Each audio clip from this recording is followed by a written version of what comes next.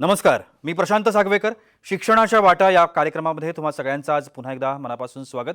आज आपण चर्चा करणार आहोत नीट, जेईई, MHCET या बोर्डाच्या तयारीचा दयानंद कॉलेजचा लातूर पॅटर्न या विषयावर. आणि या विषयावर मार्गदर्शन करण्यासाठी आज आपल्यासोबत आहेत दयानंद महाविद्यालयाचे प्राचार्य प्राध्यापक जयप्रकाश दरगड सर आणि प्राध्यापक हेमंत वरुडकर सर. आपण दोन्ही पाहुण्यांचं स्वागत करूया. सर, कार्यक्रमात मनापासून स्वागत.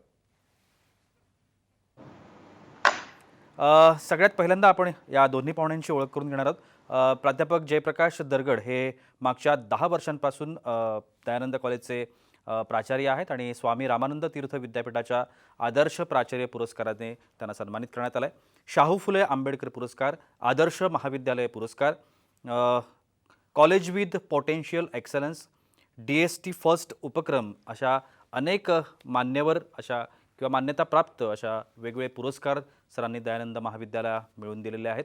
विद्यापीठ अनुदान आयोगाचा college with potential for excellence पुरस्कार त्यांना मिळालेला आहे. ते विविध देशामध्ये संशोधन कार्यासाठी प्रवास आणि सतत भेटी देत असतात. त्यांचे वेगवेगळे 30 शोध निबंध प्रकाशित झालेले आहेत. पॅरिस येथे नॅनोटेक्नॉलॉजी या विषयावर झालेल्या इंटरनॅशनल कॉन्फरन्समध्ये ही त्यांनी पेपर प्रेझेंटेशन केलेलं आहे. रिसर्च गाईड अशीही त्यांची एक वेगळी ओळख आहे, हे आपल्याला या ठिकाणी सांगता येईल. प्राध्यापक हेमंत वरुडकर यांच्या बाबतीत बोलायचं झालं तर त्यांना 30 वर्षांचा शिकवण्याचा अनुभव आहे आणि मागच्या जवळजवळ अनेक वर्षांपासून ते पर्यवेक्षक पदाची जबाबदारी देखील सांभाळत आहेत. प्रशासकीय जबाबदारी असताना फिजिक्ससारख्या विषयामध्ये ते अध्यापन करत असतात. या अगोदर CAT कोऑर्डिनेटर, त्यानंतर नीट कोऑर्डिनेटर, GE कोऑर्डिनेटर या जबाबदाऱ्या त्यांनी यशस्वीपणे पार पाडलेल्या आहेत. इतकंच नव्हे तर नीट, GE आणि CET परीक्षेसाठी उपयुक्त असलेल्या 10 पुस्तकांचं लेखन त्यांनी स्वतः केलेलं आहे. मॉडरेटर, पेपर सेंटर इत्यादी महत्त्वाच्या कामात देखील त्यांचा खूप महत्त्वाचा सहभाग असतो. या दोघांशी सुद्धा मी आज खूप महत्त्वाच्या विषयावरती चर्चा करतोय. चला तर मग कार्यक्रमाला सुरुवात करूया. दोघांचंही पुन्हा एकदा मनापासून स्वागत. माझा पहिला प्रश्न दरगड सर आपल्याला आहे. कार्यक्रमाच्या सुरुवातीला आपलं जे महाविद्यालय आहे लातूरमधलं, या महाविद्यालयाविषयी, संस्थेविषयी, एकूणच आम्हाला तुमच्या कामाविषयी जाणून घ्यायला आवडेल. नमस्कार. दयानंद शिक्षण संस्थेची स्थापना 1961 मध्ये झाली आणि एक 60 वर्षाचा प्रदीर्घ शैक्षणिक अनुभव दयानंद शिक्षण संस्थेच्या पाठीमागे आहे. बरोबर. आणि आज घडीला एक महाराष्ट्रातीलच नव्हे तर देश पातळीवरील एक नामवंत संस्था ही उदयरूपास आलेली आपल्याला दिसून येते. लातूर शहराच्या अगदी मध्यवर्ती भागी एकूण 23 एकरच्या विस्तृत अशा परिसरामध्ये दयानंद शिक्षण संस्थेचं हे संकुल हे उभं आहे. ह्या संकुलनाअंतर्गत विविध शाखेंची महाविद्यालये आहेत आणि ह्या महाविद्यालयामध्ये विविध अभ्यासक्रम हे शिकवले जातात. दयानंद विज्ञान महाविद्यालय हे त्यापैकीच एक. एकूण संख्या पाहिली तर दयानंद शिक्षण संस्थेअंतर्गत जवळपास या घडीला 13,000 विद्यार्थी हे शिक्षण घेत आहेत आणि एकट्या दयानंद विज्ञान महाविद्यालयामध्ये जवळपास 4,500 विद्यार्थी, कनिष्ठ विभाग असो किंवा वरिष्ठ विभाग असो, हे शिक्षण घेताना आपल्याला दिसतात. दयानंद विज्ञान महाविद्यालयाची आगळी वेगळी ओळख म्हणजे लातूर पॅटर्न ऑफ एज्युकेशन, जे की आपल्या सर्वांना ज्ञात आहे. ह्या लातूर पॅटर्न ऑफ एज्युकेशनमध्ये दयानंद विज्ञान महाविद्यालयाचा सहभाग हा मोठ्या प्रमाणात राहिलेला आहे. ज्यावेळेस बोर्डाच्या परीक्षेवरती वैद्यकीय व अभियांत्रिकी महाविद्यालयामध्ये विद्यार्थ्यांना प्रवेश मिळायचे किंवा ते पात्र व्हायचे, त्यावेळेस जवळपास 90च्या दशकामध्ये दयानंद विज्ञान महाविद्यालयाचे सातत्याने 5 विद्यार्थी बोर्डाच्या पूर्ण महाराष्ट्रामधून हे प्रथम स्थानी आलेले आपल्यास दिसतात. म्हणून एक आगळा वेगळा विक्रम दयानंद विज्ञान महाविद्यालयाने त्यावेळेस हा प्रस्थापित केला आणि खऱ्या अर्थाने लातूर पॅटर्न ऑफ एज्युकेशनची सुरुवात त्या 90च्या दशकापासून सुरू झाली. आणि केवळ बोर्डातच नव्हे तर पुढे चालून, कारण बोर्डाचा तो पॅटर्न दयानंद विज्ञान महाविद्यालयानं हा प्रस्थापित केला त्यानंतर जसा जसा बदल झाला काळानुसार, नंतर सीईटीची परीक्षा आली, त्याच्यानंतर जेईची परीक्षा आली, त्याच्यानंतर नीटची परीक्षा, जेई ॲडव्हान्सची परीक्षा. तर बोर्ड पॅटर्न प्रमाणेच सीईटीचा पॅटर्न, त्या अनुषंगाने जे काही व्यवस्थापन लागतो, नियोजन लागतो, त्यानंतर जेईचा पॅटर्न, नीटचा पॅटर्न, जेई ॲडव्हान्सचा पॅटर्न. कारण तो अभ्यासक्रम हा बोर्डाचा अभ्यासक्रम नसल्यामुळे NCERTचा जो अभ्यासक्रम आहे त्याप्रमाणे विद्यार्थ्याकडून चांगल्या प्रकारची तयारी करून घेणे हा मुख्य उद्देश ठेवून एक नवीन नवीन पॅटर्न महाविद्यालयाने निर्माण केले आहेत. आणि त्याच विषयी आज आपण या ठिकाणी चर्चा करणार आहोत, जेई आणि नीटचा दयानंदचा पॅटर्न. आणि ह्या पॅटर्नमुळेच शेकडो विद्यार्थी हे महाविद्यालयातून आज इंजिनिअरिंग आणि मेडिकलला प्रवेशित होताना आपल्याला दिसतात.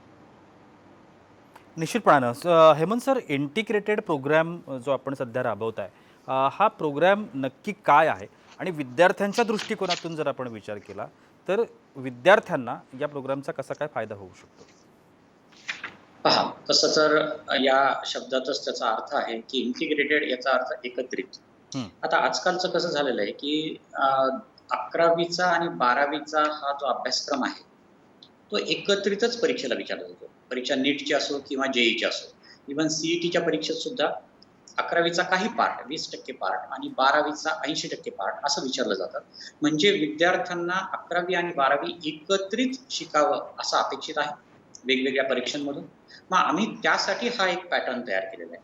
त्यातल्या त्यात आत्ता जी आपण परीक्षा घेऊ इच्छितो किंवा आपण जी परीक्षा प्लॅन केलेली आहे, साधारणतः 6 तारखेला आपण तसं सांगतोय. थोडा परीक्षेच्या तारखेमध्ये थोडा फरक होऊ शकतो, थोडी पुढे जाऊ शकतोय. परंतु ही जी परीक्षा आहे, ही यामधून आम्ही काही विद्यार्थी सिलेक्ट करतो. हं. सिलेक्ट केलेल्या विद्यार्थ्यांना 10वीचा रिझल्ट लागण्याच्या अगोदरच आम्ही आमचं एज्युकेशन चालू करतो. टेंटेटिव्हली 24 मे पासून यावर्षी तर 10वीची परीक्षा झाली नाही. दरवर्षी होते, पण परीक्षा झाल्याबरोबर त्यांचा रिझल्ट लागायला 1-1.5 महिना वेळ लागतो.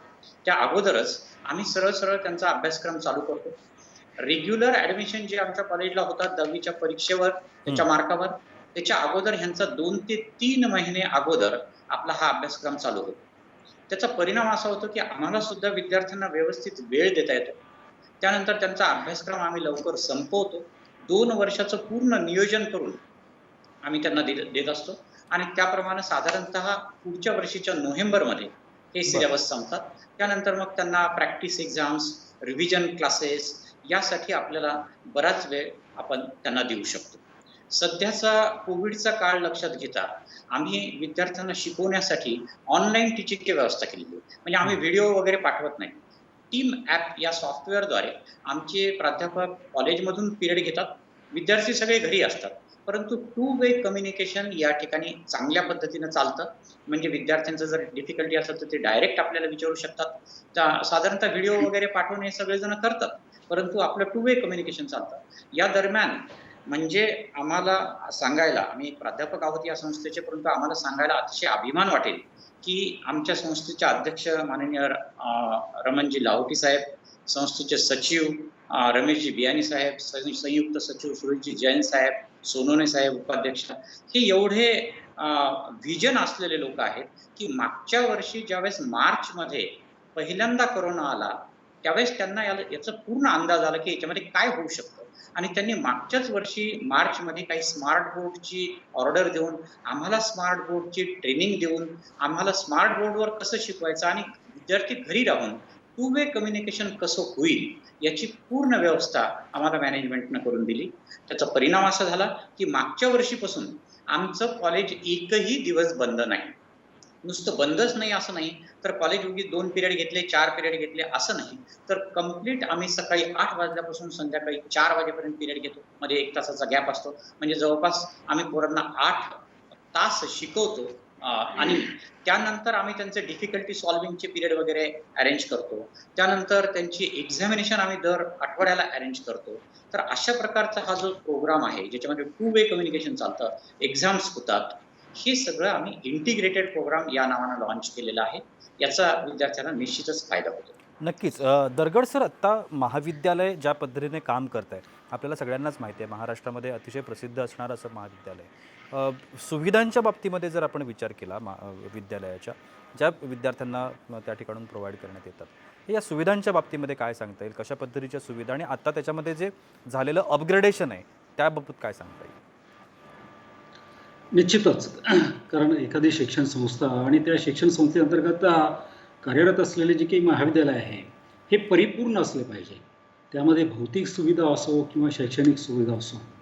तर ह्या दृष्टिकोनातून आमच्या मॅनेजमेंटने सर्व काही भौतिक सुविधा आणि शैक्षणिक सुविधा ह्या उपलब्ध करून दिलेल्या आहेत. आणि विशेष करून आता हे जेई आणि नीटच्या संदर्भात या ठिकाणी आम्ही चर्चा करत आहोत. एकंदरीत असं पाहिलं जात आहे किंवा आपण पाहतो की कोटा या ठिकाणी विद्यार्थी जे नामवंत किंवा गुणवंत विद्यार्थी आपल्या महाराष्ट्रातून नव्हे तर देश पातळीवरून त्या ठिकाणी जात असतात जेई किंवा नीटच्या प्रिपरेशनसाठी. पण कोट्यामध्ये ज्या काही सोयी सुविधा किंवा त्या ठिकाणी जे काही कोचिंग चालतो त्याच प्रकारचं कोचिंग आपल्यास आम्ही का उपलब्ध करून देऊ शकत नाही, हा सर्वप्रथम आम्ही दृष्टिकोन ठेवला. आणि तो दृष्टिकोन ठेवून, कारण आपल्याकडे हे गुणवंत विद्यार्थी आहेत, आपल्याकडे हे फॅकल्टी आहे आणि त्याप्रमाणे जे काही उपक्रम त्या ठिकाणी चालतात तेच उपक्रम किंवा किंबहुना त्या पलीकडेही चांगले उपक्रम आपण का राबवू शकत नाही. तर ह्या दृष्टिकोनातून जेई आणि नीटचा एक नवीन पॅटर्न दयानंद विज्ञान महाविद्यालयाला गेल्या 5-6 वर्षापासून हा सुरू केला आहे. त्यामध्ये सर्वात महत्त्वाचे जो काही घटक आहे तो teaching faculty, expert teaching faculty. आणि ह्या एक्सपर्ट टीचिंग फॅकल्टीचं जे काही शिकवण्याचं जो काही कार्य आहे ते चांगल्या प्रकारे झालं पाहिजे, जेणेकरून जेई आणि नीटचा जो करिक्युलम आहे तो विद्यार्थ्यांना चांगल्या प्रकारे समजला पाहिजे. आणि त्याद्वारे आम्ही काय करतो की एक्सपर्ट टीचिंग फॅकल्टीची नेमणूक करतो. जवळपास आमच्याकडे बाहेरून नेमणूक केलेले म्हणजे हैदराबाद असो, कोटा असो किंवा दिल्ली असो किंवा मुंबई असो, पुणे असो, कोलकाता असो, या ठिकाणाहून जे चांगले प्राध्यापक आहेत ज्यांना 10 ते 15 वर्षाचा 20 वर्षाचा अनुभव आहे, जे चांगल्या इन्स्टिट्यूटमधून बाहेर शिकून निघालेले आहेत, आकाशमधून किंवा फिडजीमधून किंवा एलनमधून, अशा प्राध्यापकांना आम्ही या ठिकाणी पाचारण करतो शिकवण्यासाठी. आणि एक त्यांना तंत्र सापडलेलं आहे की कशा प्रकारे शिकवायचं विद्यार्थ्यांना, जेणेकरून जास्तीत जास्त स्कोरिंग हे जेई आणि नीटच्या परीक्षेमध्ये विद्यार्थी घेऊ शकतील. तर हा महत्त्वाचा घटक म्हणजे एक्सपर्ट टीचिंग फॅकल्टी हे विद्यार्थ्यांना आम्ही चांगल्या प्रकारचे पुरवण्याचं काम करतो. विद्यार्थ्यांना बाय द वे वर्गामध्ये समजलं नाही तर त्यांच्यासाठी महाविद्यालय संपल्यानंतर 5-6 तास जो काही कालावधी महाविद्यालयाचा असतो वर्गाचा, त्याच्यानंतर त्यांच्या ज्या काही डिफिकल्टी आहेत त्याही सॉल्व्ह केल्या जातात. महाविद्यालयाच्या प्रांगणामध्येच एक डिफिकल्टी सॉल्विंग सेशन किंवा प्रोग्राम हा राबवला जातो. त्या ठिकाणी ज्या प्राध्यापकाचं त्यांना समजलं नाही मग त्या विषयामधील जे एक्सपर्ट प्राध्यापक आहेत ते त्यांच्याकडून त्यांना समजून दिलं जात आहे. म्हणजे डिफिकल्टी विद्यार्थ्यांची कुठल्याही प्रकारची राहू नये. परीक्षा ह्या MCQ पॅटर्नना असतात, म्हणून महाविद्यालयामध्ये रोजच्या ज्या काही तासिका होतात, आज जे काही आर्टिकल त्या विषयातील शिकवलेले आहेत विद्यार्थ्यांना, त्या आर्टिकलवरती MCQ बेस्ड परीक्षा ह्या म्हणजे तासिका संपल्यानंतर 10 ते 15 मिनिटांमध्ये घेतल्या जातात. ते MCQ जे प्रिपेअर केले जातात तेही क्वालिटीचे असतात नीट आणि जेईच्या धर्तीवरती. म्हणजे MCQ बेस्ड सगळ्या परीक्षा असल्यामुळे वीकली परीक्षा ह्या जो काही अभ्यासक्रम वीकली झालेला असतो तर प्रत्येक वीकली एक परीक्षा विद्यार्थ्यांची संडेला ही घेतली जाते. परीक्षांची खूप प्रमाणे विद्यार्थ्यांना प्रॅक्टिस झाली पाहिजे आणि ह्या प्रॅक्टिसमधूनच जे काही डिफिकल्ट क्वेश्चन्स आहेत तेही विद्यार्थ्यांची एकत्रितरित्या बैठक घेऊन विद्यार्थ्यांचे फीडबॅक घेतले जातात. विद्यार्थ्यांचे फीडबॅकच फक्त विद्यार्थ्यांचेच नाही तर त्यांच्या पालकांचेही फीडबॅक घेतले जातात. म्हणजे त्यांना कुठल्या सोयी सुविधांची उपलब्धता झाली नाही किंवा कोणाचं टीचिंग समजलं नाही, कुठलं करिक्युलम हा संपूर्णपणे झाला नाही किंवा त्याच्यामध्ये काही समजा अडीअडचणी असतील, फीडबॅकच्या माध्यमाने पॅरेंट रिलेशन ऑफिसरची नेमणूक केलेली आहे महाविद्यालयामध्ये. त्यांचं एकच काम आहे विद्यार्थ्यांचं काउन्सिलिंग करणे. ते त्यांना जे काही मार्क्स मिळालेले आहेत घटक चाचण्यामध्ये, वीकली जे टेस्ट होतात त्या मार्क्सचं पॅरेंट्सना मेसेजिंग करणे, मग पॅरेंट्सनाही इनडायरेक्टली इन्व्हॉल्व करून घेतो. पॅरेंट्स, शिक्षक आणि विद्यार्थी यांचे सातत्याने मेळावे महाविद्यालय घेत असतो आणि त्या मेळाव्यामधून अजून कुठल्या सूचना त्यांच्याकडून येतात. विद्यार्थ्यांना स्टडी मटेरियल दिला जातो, एक अद्ययावत टॅबही दिला जातो. जेईच्या विद्यार्थ्यांना इलेक्ट्रॉनिक टॅब, म्हणजे ह्या सोयी सुविधा विद्यार्थ्यांच्या दृष्टिकोनातून जसं सांगितलं रोडकर सरांनी, स्मार्ट बोर्ड टीचिंग आहे. हे स्मार्ट बोर्डच्या माध्यमाने सगळे जे कॉन्सेप्ट आहेत चांगल्या प्रकारे विद्यार्थ्यांना समजून दिले जातात. ॲनिमेटेड व्हिडिओ दाखवले जातात मायनर गोष्टींचे. आणि जेई, नीट, CET आणि बोर्ड हे 4 जे विभाग आहे हे स्वतंत्रपणे चांगल्या प्रकारे कार्यरत आहेत. ते स्वतंत्रपणे त्यांचे समन्वयकांची आम्ही नेमणूक केलेली आहे. त्या स्वतंत्रपणे विभागामध्ये स्वतंत्रपणे प्राध्यापक हे शिकवण्याचं कार्य करत असतात. कारण त्या सर्वांचं करिक्युलम वेगळं आहे आणि त्या करिक्युलमच्या दृष्टिकोनातून विद्यार्थ्यांची चांगली तयारी झाली पाहिजे. अजून एक सर्वात महत्त्वाची जी सोय किंवा जे काही उपक्रम विद्यार्थ्यांना राबविले जातात, त्यापैकी जे गुणवंत विद्यार्थी आहेत, डिपार्टमेंट ऑफ सायन्स अँड टेक्नॉलॉजीच्या माध्यमाने इन्स्पायर सायन्स कॅम्प हे विद्यार्थ्यांसाठी घेतले जातात. दरवर्षी 2 किंवा 3 आणि प्रत्येक कॅम्पमध्ये 200 कमीत कमी विद्यार्थी असतात. तर ह्या 5 दिवसाचे हे कॅम्प प्रोग्राम असतात आणि त्या कॅम्पमध्ये देश पातळीवरील विविध वैज्ञानिक संस्थांमधून चांगले नामवंत शास्त्रज्ञ या ठिकाणी त्यांना बोलवलं जातं, इन्व्हाइट केलं जातं. जवळपास एक कॅम्पमध्ये 15 ते 20 सायंटिस्ट येतात, जे की भटनागर अवॉर्डी असतात, इंडियन अकॅडमी ऑफ सायन्सेसचे फेलोज असतात. अशा नामवंत शास्त्रज्ञांचं मार्गदर्शन बेसिक सायन्सेस विद्यार्थ्यांना हे दिलं जातं. एकंदरीत विद्यार्थी इंजिनिअरिंग किंवा मेडिकल किंवा त्यापुढे हे शास्त्रज्ञ बनण्याच्या दृष्टिकोनातून ही चांगल्या प्रकारची तयारी महाविद्यालयाच्या वतीने करून घेतली जाते. आणि जे 98% पेक्षा जास्त गुण प्राप्त असलेले विद्यार्थी आहे त्यांना शिक्षण संस्थेतर्फे 100% मोफत शिक्षण हे दिलं जातं. त्यांच्या राहण्यात खाण्याची व्यवस्था, त्यांची सर्व फीस ही माफ केली जाते. ही सर्वात महत्त्वाची बाब या ठिकाणी मला नमूद करावायची वाटते.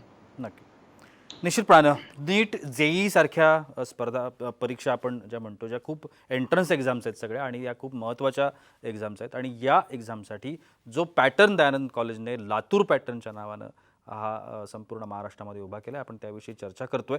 आणि आत्ता संपूर्ण महाराष्ट्रामध्ये जे कोणी प्रेक्षक, विद्यार्थी हा कार्यक्रम बघत असतील, तुम्ही दयानंद कॉलेजला संपर्क करू शकता, मार्गदर्शन घेऊ शकता, ही सगळी माहिती घेऊ शकता. आणि त्याकरता स्क्रीनवरती आत्ता कॉलेजचे नंबर सुरू आहेत. कार्यक्रमात वेळ होते एका छोट्याशा विश्रांतीची. कुठे जाऊ नका, पाहत राहा शिक्षणाची वाटा.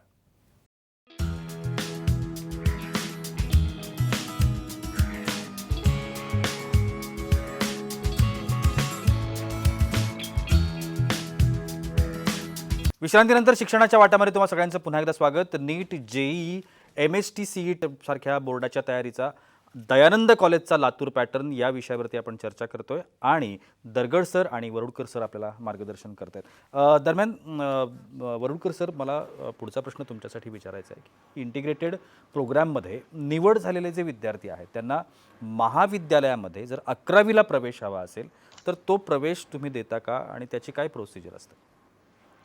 आता निश्चितच आम्ही ही जी प्रवेश परीक्षा घेतो त्यांच्यासाठी इंटिग्रेटेड बॅचसाठी म्हणून, तर निवडलेले विद्यार्थी हे निश्चितच चांगले असतात, हुशार असतात आणि त्यांना मग चांगलेच मार्क पडतात 10वीला सुद्धा. त्यामुळे मग आमच्या कॉलेजमधल्या ऍडमिशनला त्यांना काही अडचण येत नाही. आणि त्यातही समजा काही विद्यार्थ्यांना थोडेसे कमी जरी मार्क पडले तरी पण आम्ही नॉन ग्रँट मधून, आमच्याकडे काही नॉन ग्रँटच्या सीट असतात, त्याच्यामधून आम्ही त्यांना ऍडमिशन देतच असतो. आणि एक मला महत्वाची गोष्ट आणखी सांगायची आहे की हे जे इंटिग्रेटेड मधून आपण जे काही विद्यार्थी निवडतो, यामधले हे विद्यार्थी हुशार असल्यामुळं आम्ही साधारणतः त्यांचा एम्स साठी सुद्धा प्रिपरेशन करतो, जी ऍडव्हान्स साठी सुद्धा प्रिपरेशन करतो. सध्या एम्स साठी वेगळी परीक्षा घेतली जात नाहीये, परंतु यामधूनच चांगले विद्यार्थी निवडून किंवा हे जे आपण निवडतो विद्यार्थी यांची आपण एम्सची आणि ऍडव्हान्सची पण तयारी करून घेत असतो. त्याचबरोबर आपण यांना वेगवेगळ्या 10 पॉईंट प्रोग्राम प्रमाणे पण आपण त्यांच्याकडून काम करून घेत असतो. याच्यामध्ये आपण त्यांना खूप चांगल्या प्रकारचं स्टडी मटेरियल देत असतो. त्यांच्याकडे वैयक्तिक लक्ष देण्याची पण आपण व्यवस्था केलेली आहे. क्लास टीचर आणि काही प्राध्यापक नेमलेले आहेत. त्यांच्यासोबत पेरेंट्स सोबत पण आपण पेरेंट मीटिंग्स घेत असतो. आणि ह्या सगळ्यांकडे आमचं मॅनेजमेंट सुद्धा व्यवस्थित लक्ष देत असतं. म्हणजे आमच्यासोबत दर आठवड्याला मॅनेजमेंट सुद्धा मीटिंग घेत असतं आणि आम्ही सुद्धा कोऑर्डिनेटर असतील, प्राध्यापक असतील यांच्यासोबत सतत मीटिंग घेऊन विद्यार्थी कशा प्रकारे प्रगती करू शकतील या संदर्भातली पूर्ण काळजी आम्ही या विद्यार्थ्यांची घेत असतो. नक्कीच सर, आपण कार्यक्रमाच्या अंतिम टप्प्यामध्ये आहोत. दरगड सर, आत्ता आपल्याला माहिती आहे कोविडची सिच्युएशन आहे आणि या कोविडच्या सिच्युएशनमध्ये आपल्या महाविद्यालयाचं जे अध्यापनाचं कार्य आहे किंवा शिकवण्याचं जे कार्य आहे ते कशा पद्धतीनं सुरू आहे? निश्चित आपला फार छान प्रश्न आहे हा. आणि ह्या कोविडच्या सिच्युएशनमध्ये महाविद्यालयानं गेल्या वर्षीपासूनच म्हणजे एप्रिल महिन्यापासूनच ऑनलाईन टीचिंग लर्निंगची व्यवस्था सुरू केली. त्यामध्ये विद्यार्थ्यांना लाईव्ह हे शिक्षण दिलं जातं. फेस टू फेस विद्यार्थी घरी बसलेले असतात आणि प्राध्यापक महाविद्यालयामधून शिकवतो स्मार्ट बोर्डवरती. पण त्याचं इंटरॅक्शन जे आहे ते लाईव्ह असतो. आणि ही जी काही ऑनलाईन व्यवस्था आम्ही विकसित केलेली आहे, म्हणजे अभिमानानं या ठिकाणी मला नमूद करावं असं वाटतं की आपल्या राज्याचे शिक्षण मंत्री यांनीही दयानंद शिक्षण संस्थेचा आपल्या लाईव्ह भाषणामध्ये त्यांनी उल्लेख केला. आणि फक्त शिक्षण ही ऑनलाईन शिक्षण प्रणाली विकसितच केली नाही की त्यापुढेही त्यामध्ये लागणारे जे विविध घटक जे आहेत त्यामध्येही आम्ही अपग्रेडेशन केलेलं आहे. निश्चितपणानं खूप छान अशी माहिती आज तुम्ही दोघांनी दिलेली आहे. मला असं वाटतं की महाराष्ट्रातल्या ज्या काही विद्यार्थ्यांना दयानंद कॉलेजशी संपर्क करायचा असेल, मार्गदर्शन हवं असेल, माहिती हवी असेल तर निश्चितपणानं तुमच्याकडून ती मिळेल आणि निश्चितपणानं विद्यार्थी असतील, पालक असतील ते या सगळ्या गोष्टींसाठी संपर्क करू शकतीलच. आजच्या कार्यक्रमात तुम्ही आलात आणि वेळात वेळ काढून एवढी छान माहिती तुम्ही आमच्या प्रेक्षकांना दिलीत त्यासाठी अगदी मनापासून आभार. आणि याबरोबरच वेळ होते इथेच थांबण्याची. कुठे जाऊ नका, पाहत रहा साम टीव्ही.